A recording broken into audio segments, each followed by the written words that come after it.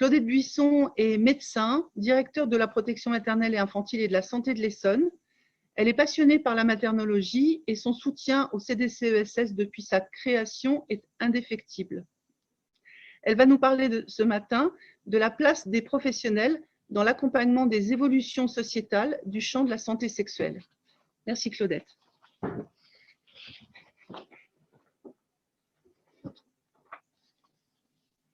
Donc, de nouveau, bonjour à tous et à toutes, pour ceux qui se sont connectés depuis le début.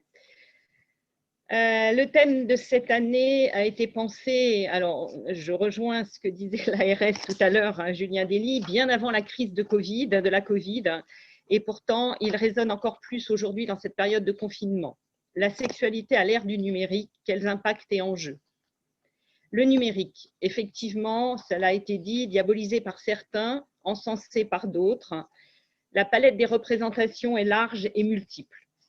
Et rattachée à la question de la sexualité, l'association est encore plus riche. Et comme vous le savez maintenant, depuis toutes ces années, puisque nous en sommes à la 12e journée cette année en 2020, si un sujet a une résonance, vous pouvez être sûr que c'est le lieu et le moment de le décortiquer ensemble.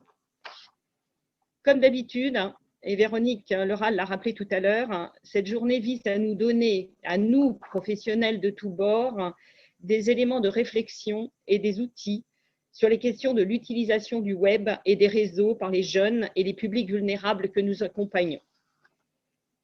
La question qu'il faut que nous posions en tant que professionnels, ce n'est pas tant que l'outil en tant qu'outil, qui, comme tout outil, n'est ni bon ni mauvais, mais de la manière dont on s'en sert.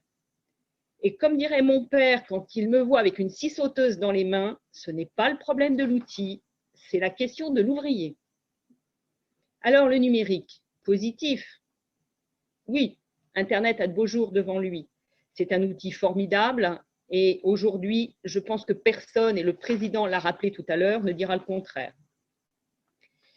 Mais toutes ces questions de réseau sont des sujets d'actualité, ravivés par le confinement et le manque de contact que certaines personnes, et notamment les jeunes, peuvent ressentir. Que nous soyons professionnels ou parents ou les deux, nous savons que nos jeunes, en restant à la maison, utiliseront encore plus l'outil Internet pour rencontrer l'autre. D'ailleurs, c'est ce qu'on fait aussi. Avec tout ce que cela comporte, et cela a été dit, comme d'aspects positifs comme de pièges à connaître et à éviter. Car effectivement, le web est aussi capable du pire, de créer des fake news avec des impacts parfois dévastateurs. Et le sexting, on en parlera tout à l'heure, qui est défini comme l'envoi électronique de matériel à caractère sexuel, peut être considéré comme une pratique sexuelle expérimentale et inoffensive, mais peut également mener à des dérives incontrôlables lorsque les images sont transférées hors de la sphère initiale ou servent d'outils de harcèlement. Alors, quelle place avons-nous, nous, adultes, parents, professionnels? Devons-nous attribuer la cause de nos difficultés de communication à un objet extérieur, le net, ce qui finalement nous dédouane de réfléchir? Les réseaux sociaux ne sont-ils pas les nouveaux boucs émissaires de notre difficulté à échanger avec les jeunes et nos publics? Le fossé des générations, finalement, est toujours d'actualité.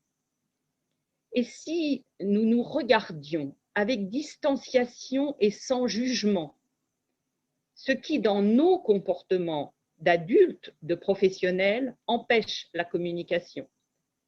Et donc, réfléchir à la façon d'utiliser au mieux ces outils en modifiant notre regard. Oui, le sexting heurte ma conception à moi de l'amour et de la sexualité. Mais est-ce que ce n'est pas mon modèle mental que je projette sur l'autre? Parfois, nos peurs nous amènent à être moralisateurs et injonctifs. Nous devons donc réfléchir à ces aspects éducationnels et pédagogiques de nos interventions sur le sujet des réseaux sociaux pour être dans un véritable échange avec les personnes, voir ce qu'elles ont à nous en dire, en apprenant également à aller chercher les bonnes informations pour les retransmettre à nos publics. Notre rôle n'est pas d'apporter la bonne parole, parce que ce n'est que la nôtre, mais d'écouter, de pointer pour que les personnes se protègent. Quels sont les objectifs de nos interventions, qu'ils soient compris, intégrés, utilisés? À nous, professionnels, de nous adapter encore et encore. Confucius a bien dit, apprendre sans réfléchir est vain, mais réfléchir sans apprendre est dangereux. Alors, acceptons le côté positif du web, source d'information et de soutien. Véronique a rappelé mon appétence à la materno et j'utilise beaucoup pour les mères en souffrance. Je rappelle que 25% des mères présentent une difficulté psychique à la naissance de son enfant, ce qui est quand même une mère sur 4. L'association Maman Blues est vraiment un outil formidable d'accompagnement et de lien. On parlera tout à l'heure de Women on Web, dont nous aurons la présentation pour les avortements dans le monde, qui est aussi un soutien formidable. Et puisque le thème est toujours la sexualité, je me suis penchée sur les sites de rencontres et effectivement, 1 Français sur 4 s'est inscrit au moins une fois à un site de rencontre dans sa vie. 40% ont moins de 30 ans. C'est quand même, on voit bien que le net a encore de beaux jours devant lui.